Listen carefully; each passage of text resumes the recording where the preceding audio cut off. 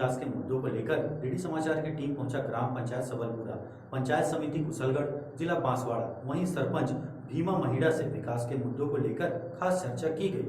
नमस्कार, डीडी समाचार टीम पहुंची है ग्राम पंचायत सबलपुरा, पंचायत समिति कुशलगढ़, जिला बांसवाड़ा। यहाँ के सरपंच श्री भीमा महिड़ा से बातचीत करेंगे। विकास के मुद्दों पर क्या विकास करवाए हैं और क्या करवाने वाले हैं। तो सरपंच साहब, सबसे पहले डीडी समाचार में आपका स्वागत है जी। तो सरपंच साहब, मुद्दे बहुत से हैं, पानी, बिजली, सड़कें, शिक्षा। तो पानी, बिजली, सड़कों की व्यवस्था कहाँ तक हुई है, क्या प्रोग्रेस है इनकी? अभी पानी की व्यवस्था के लिए हमारे ग्राम पंचायत सबलपुरा में तालाब की सुविधा भी नहीं है जी। एनीकट जैसे जल को रोकने के लिए अभी एनीकट भी नहीं है जी। इसके बाद में अभी वर्तमान समय में मेरी पंचायत में हैंडपम्प खराब पड़े हैं जी। खराब होने के कारण में लोगों को पानी पीने की, मवेशी को पानी पीने की समस्या का सामना करना पड़ रहा है जी। कुओं का पानी जल स्तर नीचे चला गया है। तो मैं ये आश्वास आता हूँ कि मेरी ग्राम पंचायत सबलपुरा में राज्य सरकार हो, केंद्र सरकार हो, जो भी फंड से जो पैसा आता है तो हमें मिलने के बाद में हम जहाँ भी जल की व्यवस्था की कमी है इनको सुधार सकें। इस प्रकार की मेरी पंचायत में समस्या है। बाकी पंचायत की विकास की गति को लेकर चले तो मेरी पंचायत में पूर्व में जो कार्य राज्य सरकार द्वारा सैंक्शन हुए थे 19-20 में, इनको मैंने पंचायत पे पूर्ण करा लिए हैं। जीटीए द्वारा, आयन द्वारा इसकी नकदी करके एमबी भरवा दी गई है। और अभी 2021 में जो हमने यहाँ से पंचायत द्वारा प्रस्ताव पारित करके दिया था पंचायत समिति स्तर पर, अर्धन चेक डैम है, एनीकट है, रपट पुलिया निर्माण है, ग्रेवल सड़कें हैं, शमशान घाट है, आंगनवाड़ी केंद्र है। और इसके संबंधित जो पंचायत की जो समस्या आ रही है, इसके बाद में देश में कोरोना की महामारी को देखते हुए हमने यहाँ से प्रस्ताव भेजा है। तो उसकी सैंक्शन 30 तारीख को हमारे यहाँ पर आ गई है। तो उसके लिए हम ग्राम पंचायत द्वारा डिमांड दे रहे हैं।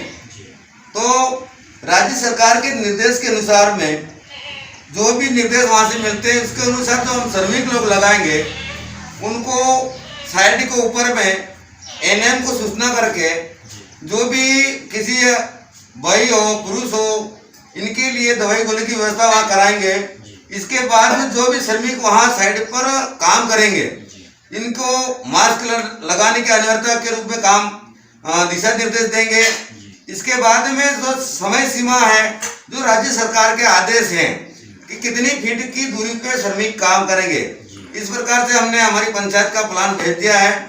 और जो पीडब्ल्यूडी में जो काम डमरीकरण में जो रोडें बनी है, इसके लिए हमने विधायक मार्फत हो, प्रधान के संबंधित हो, साधारण सभा जो हमारी पंचायत समिति में होती है उसमें हमने अवगत करा दिया गया है। और एक जो मेन सड़क थी घाटा रपट पुलिया से और सबलपुरा जोड़ने वाले वो रोड अभी डमरीकरण हो गया है।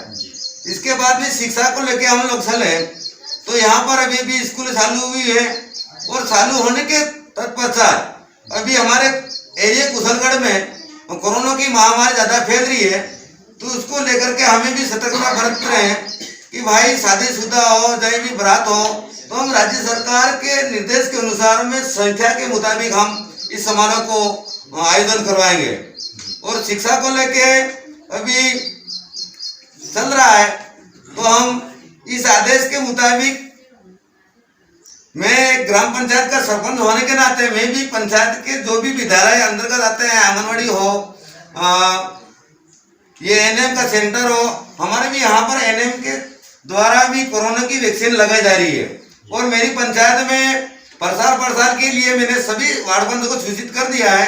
7 तारीख को यहाँ पर जो भी 45 साल के ऊपर आयु के वर्ग के पुरुष महिला है उनको वैक्सीन का टीका लगाने के लिए अवगत करा दिया गया है।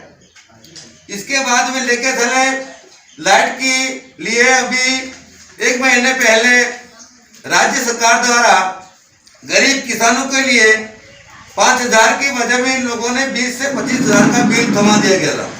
इसके बाद में हम लोगों ने सभी ने एक ज्ञापन तय करके कि गरीब इंसान के पास भी ना तो खेती का ज्यादा संसाधन है, वो कम तो जहाँ वनपति कनेक्शन लेकर चले तो उनके यहाँ पर 1,000 रुपए का बिल आने के बजाय में 10,000 के बिल थमा दिया गया था।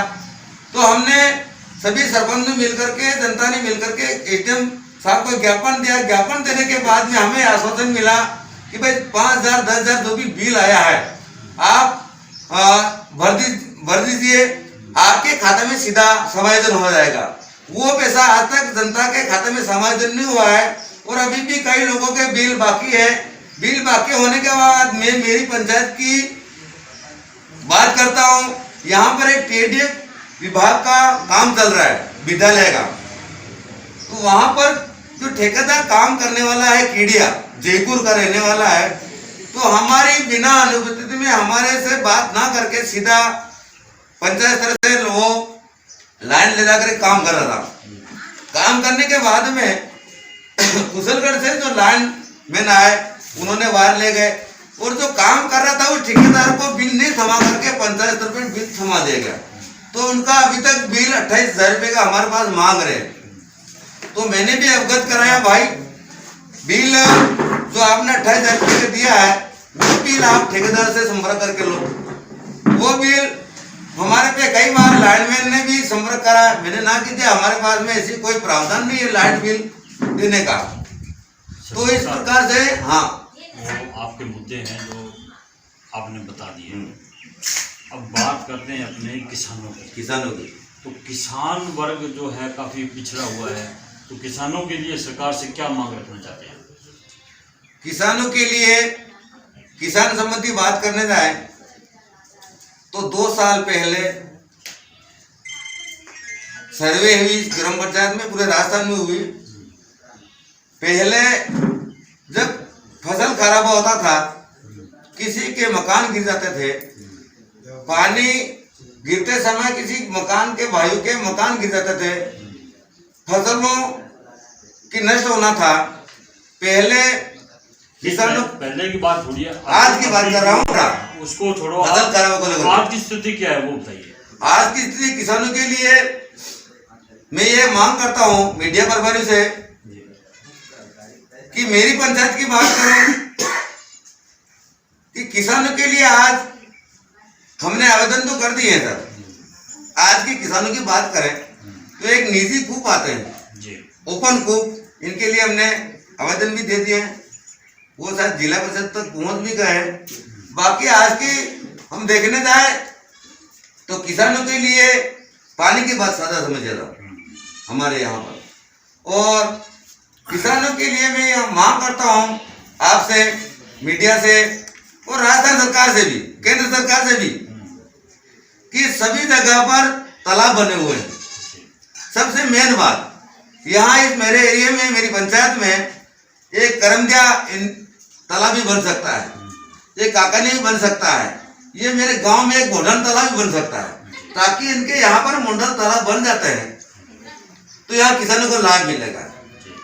एक कोई श्याम प्रताप की योजना निकली है राज्य सरकार से, श्याम प्रताप मुखर्जी की, तो मेरी पंचायत को भी इस योजना में जोड़ा जाए।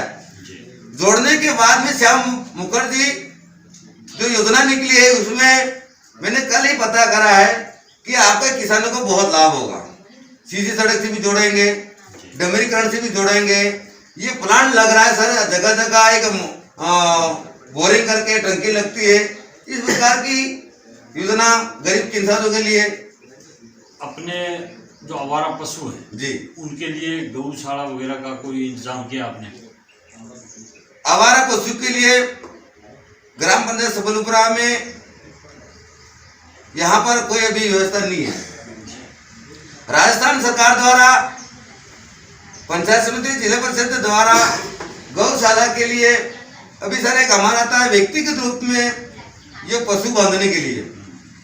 इसके लिए 2 प्रकार की प्रोजेक्ट है सर। एक तो वर्मी कंपोस्ट करके हैं और एक केटल सेट कहते हैं इसको, सिंगल, वो 70,000 रुपये का आता है। इसके लिए हमने अभी हमारे वार्ड पंचों को कह दिया है 5-5 आवेदन करते हैं। अगर ज्यादा अगर करते हैं, वो वर्मी कंपोस्ट में क्या है सर कि खड्डा खोदा जाएगा पशु की खाद डालने के लिए, जो गोबर आती है वो डालने के लिए, इसके बाद में पशु शेड बनेगा। इस प्रकार है। बाकी आवारा पशु घूम रहे हैं, इनको व्यवस्थित रखने के लिए ग्राम पंचायत सबलपुरा में ना हमारे पास में भवन उपलब्ध है। ये है।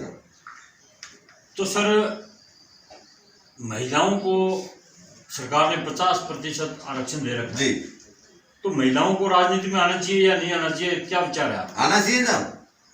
सबसे पहले जब आरक्षण का मुद्दा आता है सर, तो 50% महिला को आरक्षण दिया है।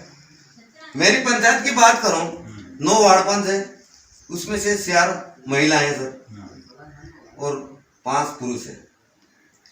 तो महिलाओं का हक इसलिए दिया गया है, आरक्षण इसलिए दिया गया है कि परिवार की महिला मुखिया है सबसे पहले, और जो भी काम करते हैं पुरुष हो चाहे कोई भी हो, महिला के ऊपर निर्भर रहता है।